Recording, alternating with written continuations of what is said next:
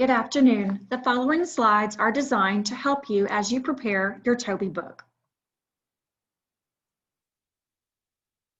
Keep in mind that your book should tell your story. Every building and every team are all different and unique, and they have a story to tell. So please keep in mind as you are writing, pretend as if you're writing a book. This isn't just a bunch of random facts thrown together. We really want to share with the reader how you and your team have added value to your building.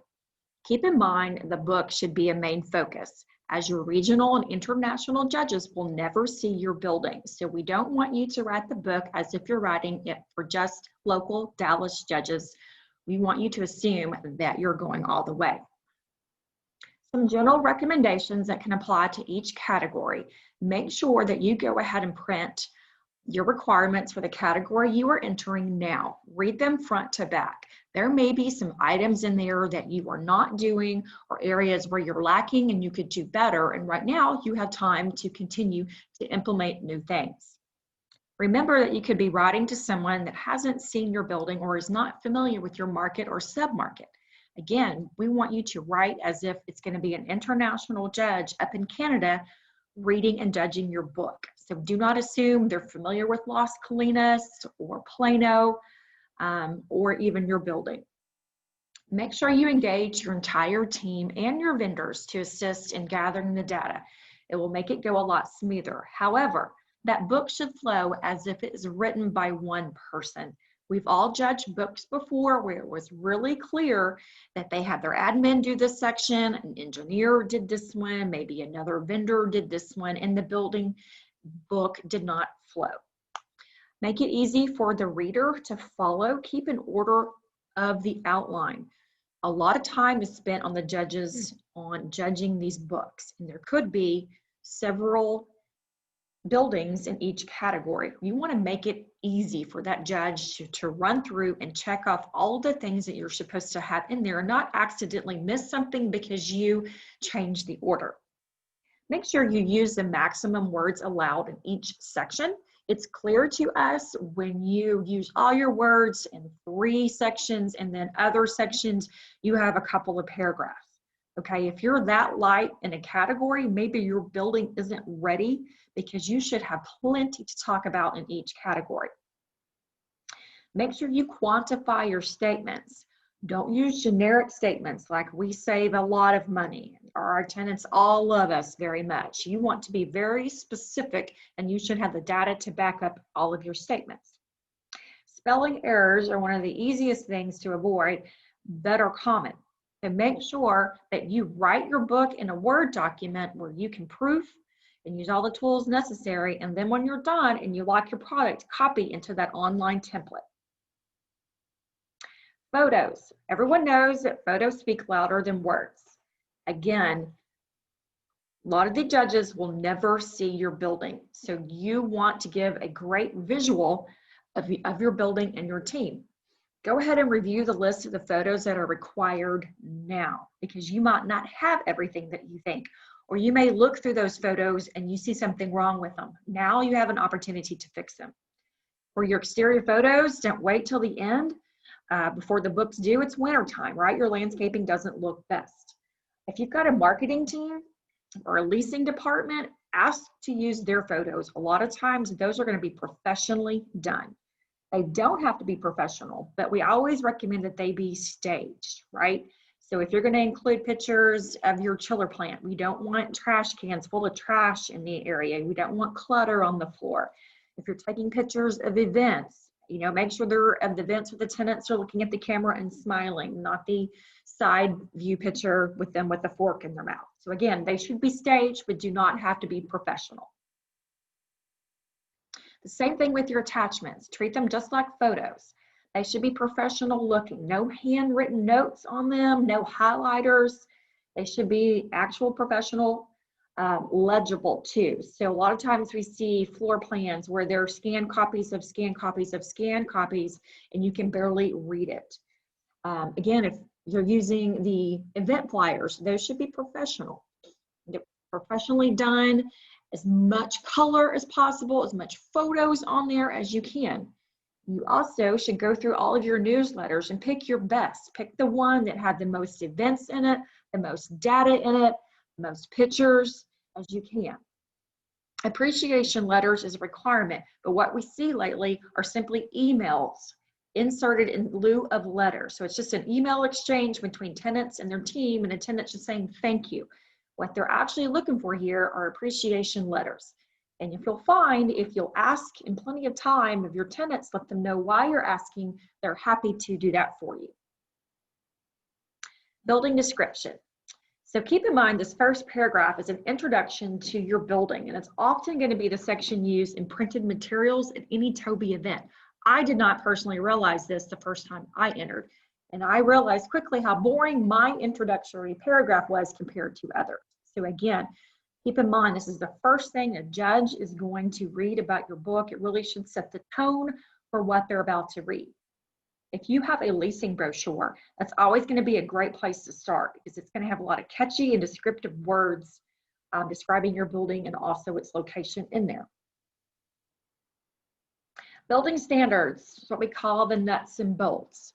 Again, make sure you follow an order of the requirements. There are a lot of requirements in here. Don't make it confusing for the judges. If your building does not have an item, please note that it doesn't have it. Otherwise, it appears to the judge that you just forgot to talk about it. And again, be detailed. This is where you're going to engage your engineer and your vendors with a lot of technical data. It may be boring to you, but it is very important. Vendors, again, will be a great resource. And lastly, here in this building standards, you do not forget that TOBY inspection form. What that does is it automatically disqualifies you. It does not matter if how great your book was or great your tour was. They have to have proof that the TOBY inspection occurred. Please do not forget that. So community impact. Obviously, due to COVID, there are several sections that they've altered to allow for that. So in community impact, you get to talk about all of the items that you have done and events that you have done over the past 24 months instead of just 12.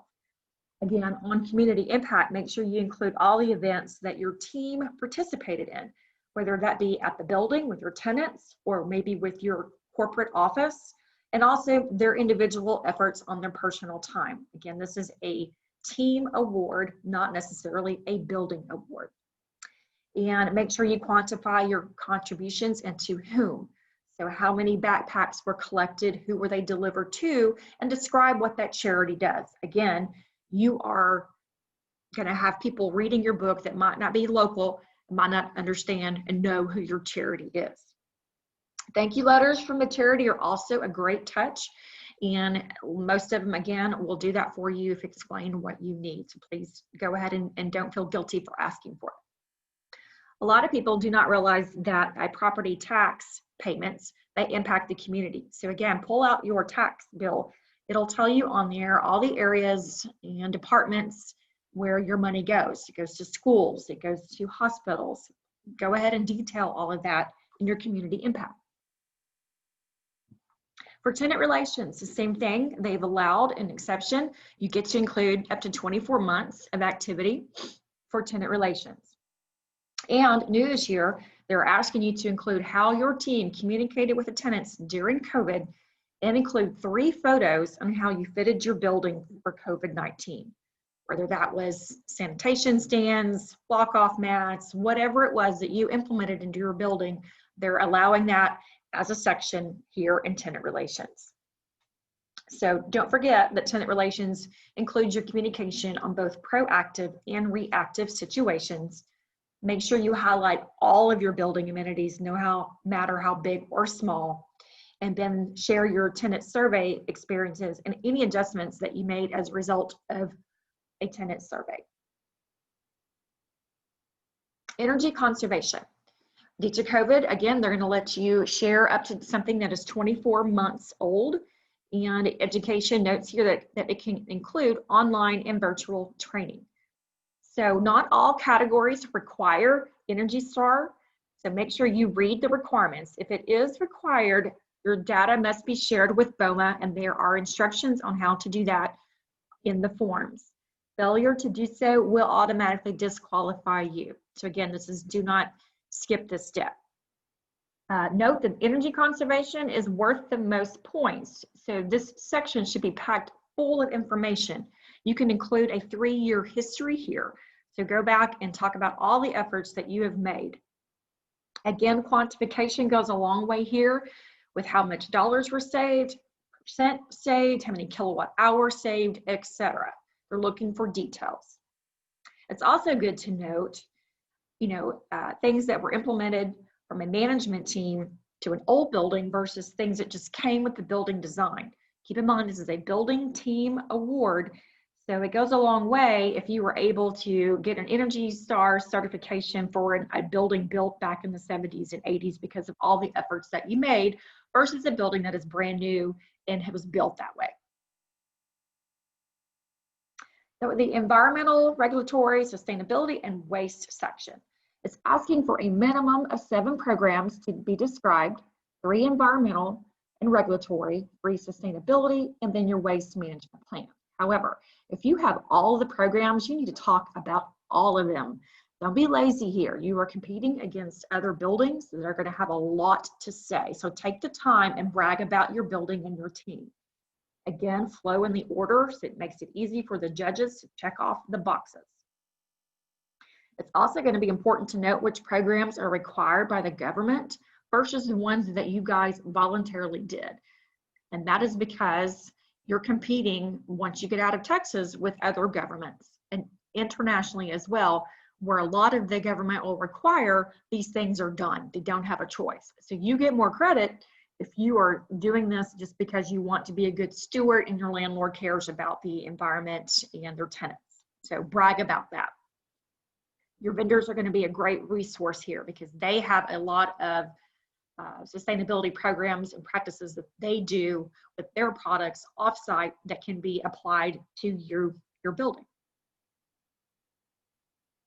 On the emergency preparedness and life safety, again, they're allowing up to 24 months to be referenced instead of just 12. This is where you want to engage your security vendors, include their company efforts, not just what's happening at your building, but what they may have to go through in order to be employed with their employer. Again, you want to describe all of your drills, whether it's fire, shelter in place, chemical leaks, active shooter, etc., for your tenants and for your staff. And if you have any real life examples, it's also great to note that.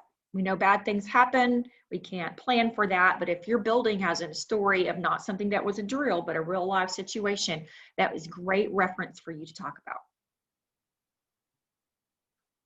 So training, again, training has been revised to include virtual and online. And make sure that you note the difference between the qualifications that they're asking for of your staff versus just the job description that's posted at your company website.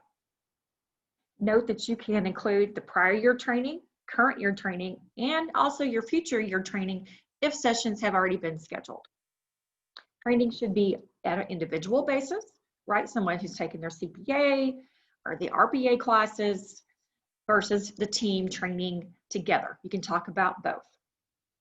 Note that on the org chart, the pictures are also a nice touch. Again, this gives the reader a visual of you and your team. So just a quick recap, all of our award-winning books that have gone on to win internationally have been ones that are well written. They're going to use the maximum words allowed, have well thought out categories. They do a great job of visually describing the building, their team, and how you guys operate.